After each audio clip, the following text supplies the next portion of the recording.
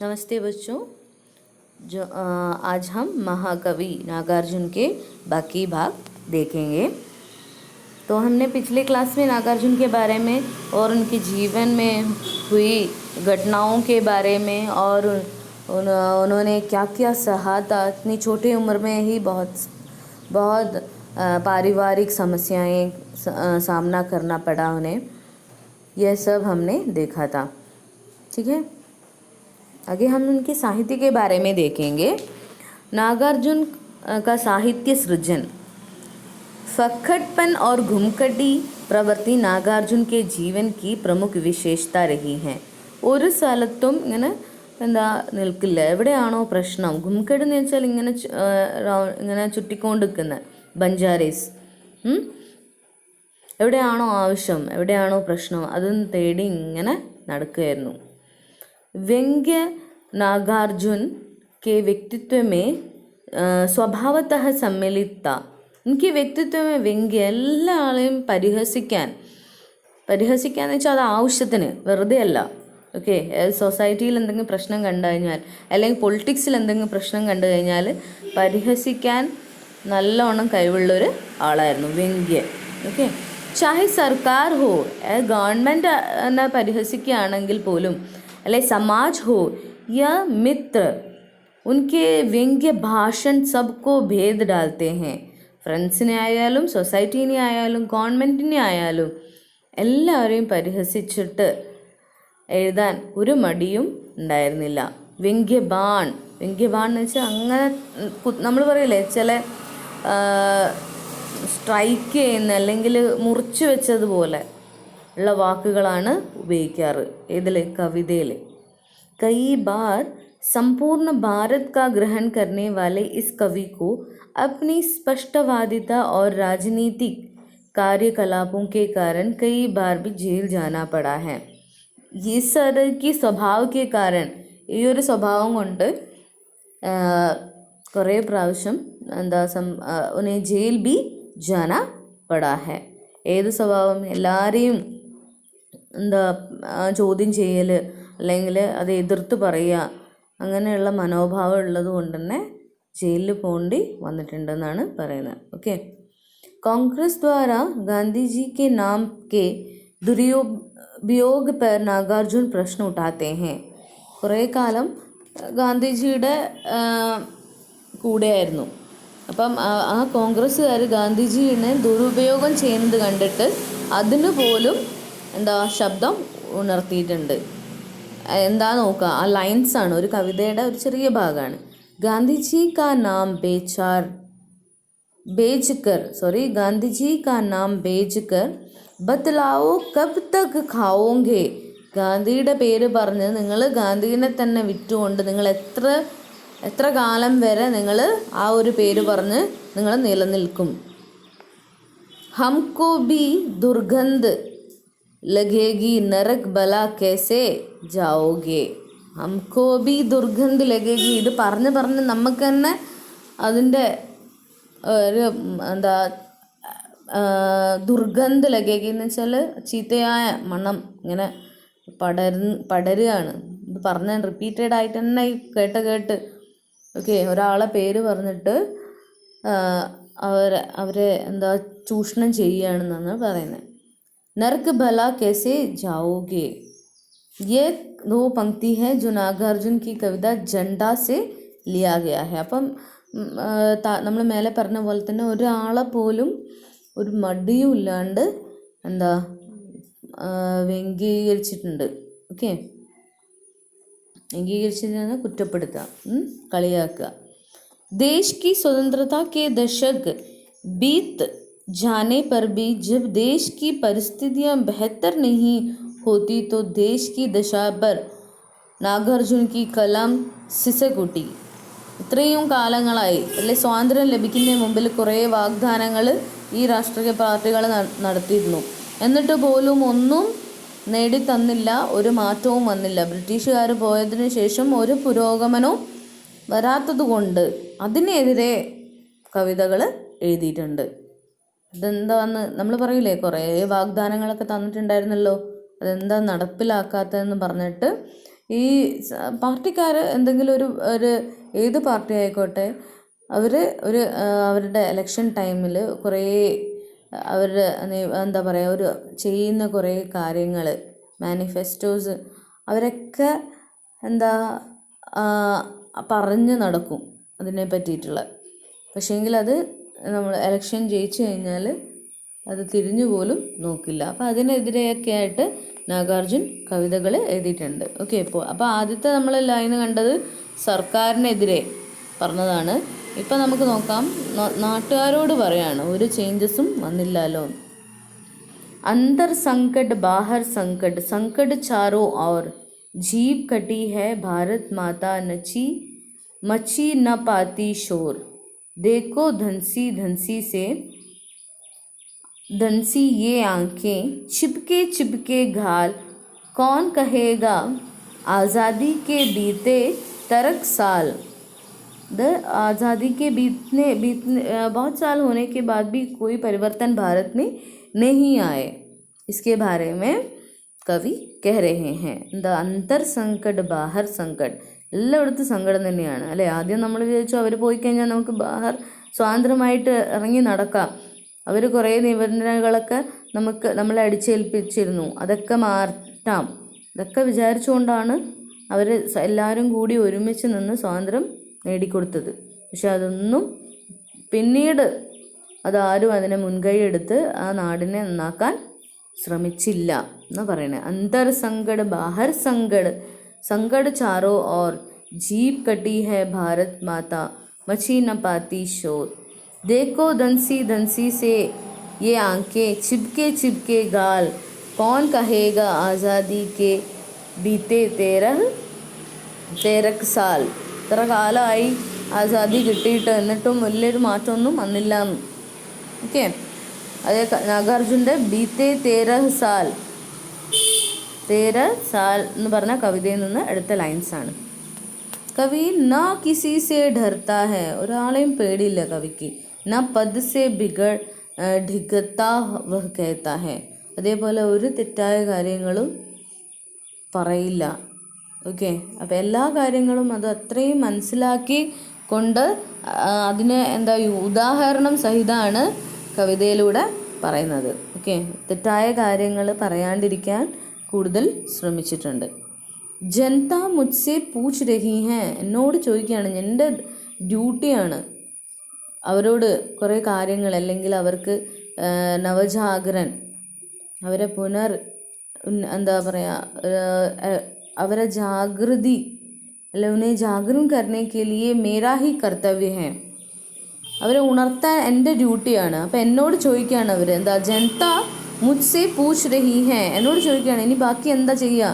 സ്വാതന്ത്ര്യ സമയത്തിന് നമ്മൾ സ്വാതന്ത്ര്യത്തിന് വേണ്ടിയിട്ടുള്ള കുറേ കവിതകൾ എഴുതി, അപ്പം ഇനി എന്നോട് ചോദിക്കുകയാണ് ആൾക്കാർ, ഇനി എന്ത് കവിതകളാണ് നിങ്ങൾ എഴുതാൻ പോകുന്നത്. ക്യാ ബതാവും ജൻ കവി ഹൂ മേ, ക്യാ ബതാവും, എൻ്റെ പേര് തന്നെ ജൻ കവിയാണ്, ഞാൻ സാധാരണ ജനങ്ങൾക്ക് വേണ്ടി എഴുതുന്ന ഒരു കവിയാണ്. ക്യാ ബതാവും ജൻ കവി ഹൂ മേ, സാഫ് കഹൂങ്ക ക്യൂ ഹക്ക് ലാവും, സാഫ് കഹൂങ്ക, എല്ലാം കറക്റ്റായിട്ട് അറുത്ത് മുറിച്ച് ഞാൻ പറയും. എന്തിനാ ഞാൻ പേടിക്കണ്ടേ, ഞാൻ എന്തിനാണ് ഇതൊന്നും പറയാണ്ടിരിക്കേണ്ടത്. എന്താ ഹക്ക് ലാവും, മടിക്കേണ്ടത്.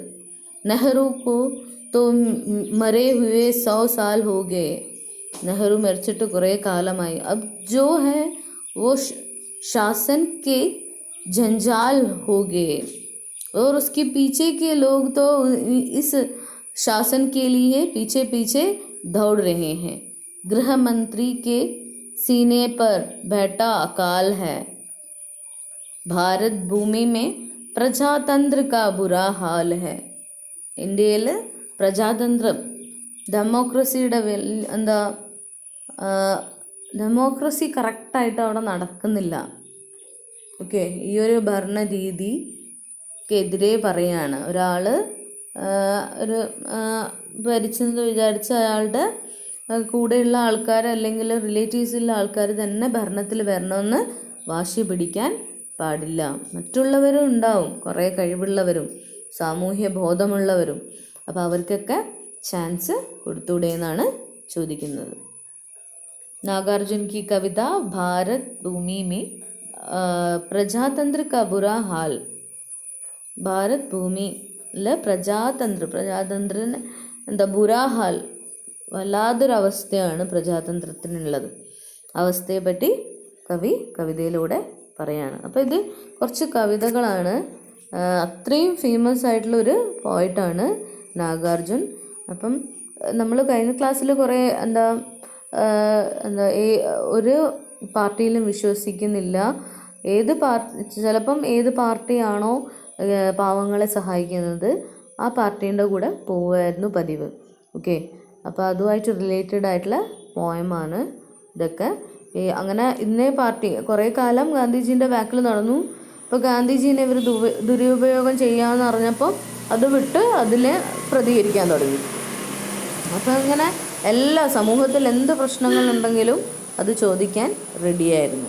ओके, लोक जीवन, प्रकृति और समकालीन राजनीति उनकी रचनाओं के मुख्य विषय थे. लोक जीवन സാധാരണ വിഷയമാണ് ഇതിവിടെ പറയുന്നത്. ഉൻകി കവിതാओं का विषय. നമുക്കറിയാം എന്തൊക്കെയായിരിക്കും സമൂഹത്തിൽ ഉണ്ടാകുന്ന പ്രശ്നങ്ങളും പ്രകൃതിയിൽ വരുന്ന പ്രശ്നങ്ങളും സാധാരണക്കാരുടെ മനസ്സിലുണ്ടാകുന്ന പ്രശ്നങ്ങളായിരുന്നു നാഗാർജുൻ്റെ കവിതയുടെ വിഷയം. മുഖ്യ രഹേ എന്തൊക്കെയാണ്? ലോക് ജീവൻ, പ്രകൃതി और समकालीन राजनीति उनकी रचनाओं के मुख्य विषय रहे. विषय की विविधता और प्रस्तुति की सहजता नागार्जुन की रचना संसार को नया आयाम देती हैं.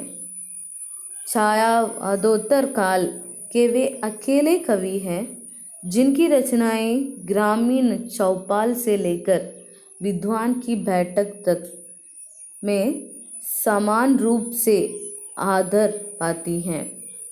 छायावादोत्तर युग में वो है कि ऐसी एक कवि है जो ग्रामीण चौपाल से लेकर विद्वान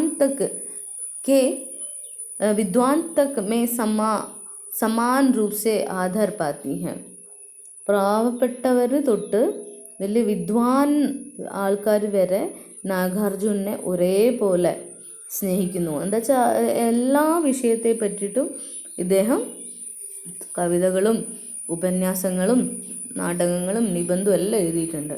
ഓക്കെ, ജटिल से जटिल विषय पर लिखी गई उनकी कविता इतनी सहज, വലിയ കട്ടി വിഷയമാണ് കവിതയുടെ വിഷയം. പക്ഷെ എന്നാലും അത്ര സിമ്പിളായിട്ട് എല്ലാവർക്കും മനസ്സിലാവുന്ന രീതിയിൽ നമ്മൾ കഴിഞ്ഞ വായിച്ചില്ലേ കവിതകൾ 2-3 ലൈൻസ്, അതെന്ത് സിമ്പിളായിട്ട് എത്ര പെട്ടെന്ന് തന്നെ അതെന്തിനെ പറ്റിയിട്ടാണ് പറയുന്നതെന്ന് നമുക്ക് മനസ്സിലാക്കാൻ പറ്റുന്നുണ്ട് അല്ലേ. അത്രയും സിമ്പിൾ വേർഡ്സും ലാംഗ്വേജുമാണ് യൂസ് ചെയ്ത്. സംപ്രേക്ഷണീയത നമുക്കത് പെട്ടെന്ന് തന്നെ മനസ്സിലാക്കാൻ പറ്റുന്നു. प्रभावशाली, आकर्षकമാണ്. कि पाठकों के मानस लोक में तत्काल बस जाती हैं, जिसके कारण इतनी कोमल और इसकी भाषा का प्रयोग के कारण सभी पाठकों के मन में उनकी जो पंक्ति हैं वो बस जाते हैं. അവർ പറഞ്ഞ കാര്യങ്ങളെല്ലാം മനസ്സിൽ എന്നും നിലനിൽക്കും. ഓക്കെ, സിമ്പിളായിട്ടുള്ള വലിയ കട്ടി വേർഡ്സ് ആണെങ്കിൽ നമുക്കത് വായിക്കാനും പറ്റൂല, അത് മനസ്സിലാക്കാനും പറ്റില്ല. ഓക്കെ, അപ്പോൾ ഇത് സാധാരണ എല്ലാ ആൾക്കാർക്കും വായിക്കാൻ പാകത്തിനായിട്ടുള്ള കവിതകളാണ് എഴുതാറ്. नागार्जुन जी की कविता में धार व्यंग्य मिलता है. जनहित के लिए प्रतिबद्धता उनकी कविता की मुख्य विशेषता है. जनहित के लिए वह പ്രതിബദ്ധ है. ജനഹിതത്തിന് വേണ്ടി എന്തും ചെയ്യാൻ അല്ലെ റെപ്രസെൻ്റ് ചെയ്യാൻ അയാൾ റെഡിയാണ്. ഉൻകി കവിത की मुख्य विषय है. ये सब उनकी कविता की मुख्य विषय ഏതൊക്കെയാണ്? लोक जीवन, प्रकृति के बारे में भी उन्होंने लिखा है. समकालीन राजनीति के बारे में भी उन्होंने व्यंग्य किया है. और ഗ്രാമീണോ की അവസ്ഥ, ഏറ്റവും കൂടുതൽ ഗ്രാമീണരെ പറ്റി പറഞ്ഞത് അല്ലെ ഗ്രാമത്തെ പറ്റി പറഞ്ഞതും നാഗാർജുനാണ്. ഓക്കെ, उनकी प्रमुख काव्य कृतियाँ हैं युगदार, प्यासी पद, राई आंखें, सतरंगे पंखों वाली, तालाब की मछली, हजार हजार बाहों वाली, पुरानी जूतियों का कोरस, तुमने कहा था आखिर ऐसा क्या कह दिया मैंने.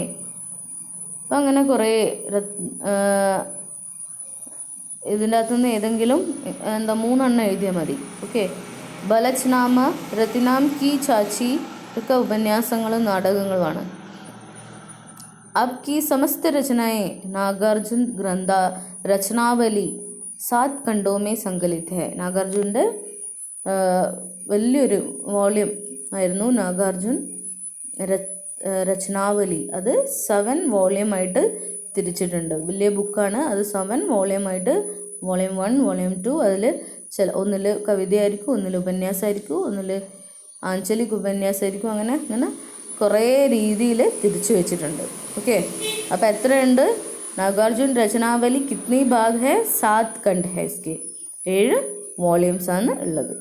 उनका निधन 5 नवंबर 1998 को निधन हुआ गया.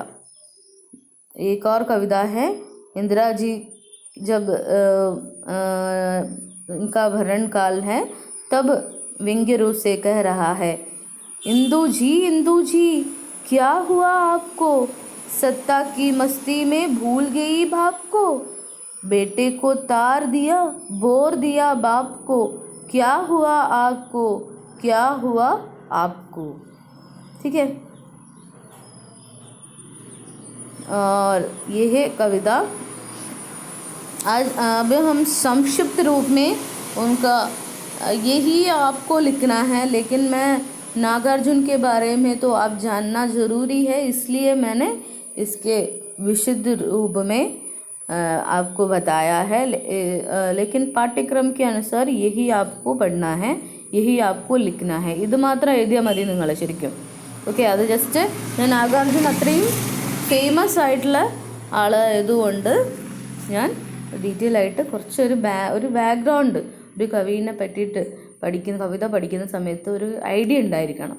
അതുകൊണ്ടാണ് പറഞ്ഞത്. അപ്പോൾ उनका जन्म जून 1911 में हुआ है. और कहाँ पर हुआ है? बिहार में. ഈ ജില്ല അതൊന്നും എഴുതേണ്ട ആവശ്യമില്ല. वो बिहार में 1911 को का जन्म हुआ है. और निधन तो हमने बोला है 1998. उनका उपनाम क्या है? यात्री या नागार्जुन. उन्होंने हमने जो प्रमुख कृतियों के बारे में अभी देखा है तो उससे थोड़ा यहाँ पर भी दिया गया है. युगदार, खिचड़ी, विप्लव देखा हमने, पत्रहीन, नग्न घांच, प्यासी पतराई आंखें आदि. ठीक है. मूल नाम वैद्यनाथ मिश्र है उनका. पापा और मामा पापा ने रखा हुआ नाम है वैद्यनाथ मिश्र. बाद में हिंदी साहित्य के लोगों ने ही उन्हें नागार्जुन नाम दिया है और मैत्री भाषा में उन्हें यात्री नाम से कहा जाता है. ठीक है. तो ये है उनके बारे में एक संक्षिप्त रूप नागार्जुन के बारे में. ठीक है. नागार्जुन आधुनिक काल का एक प्रसिद्ध कवि है और वह प्रगतिशील काव्यधारा का कवि है. प्रगतिशील मार्क्सवादी, लेकिन वो मार्क्सवादी विचारधारा के कवि है, लेकिन वो विभिन्न वादों पर झांककर अपने कर्तव्य और कार्य किया है. धन्यवाद.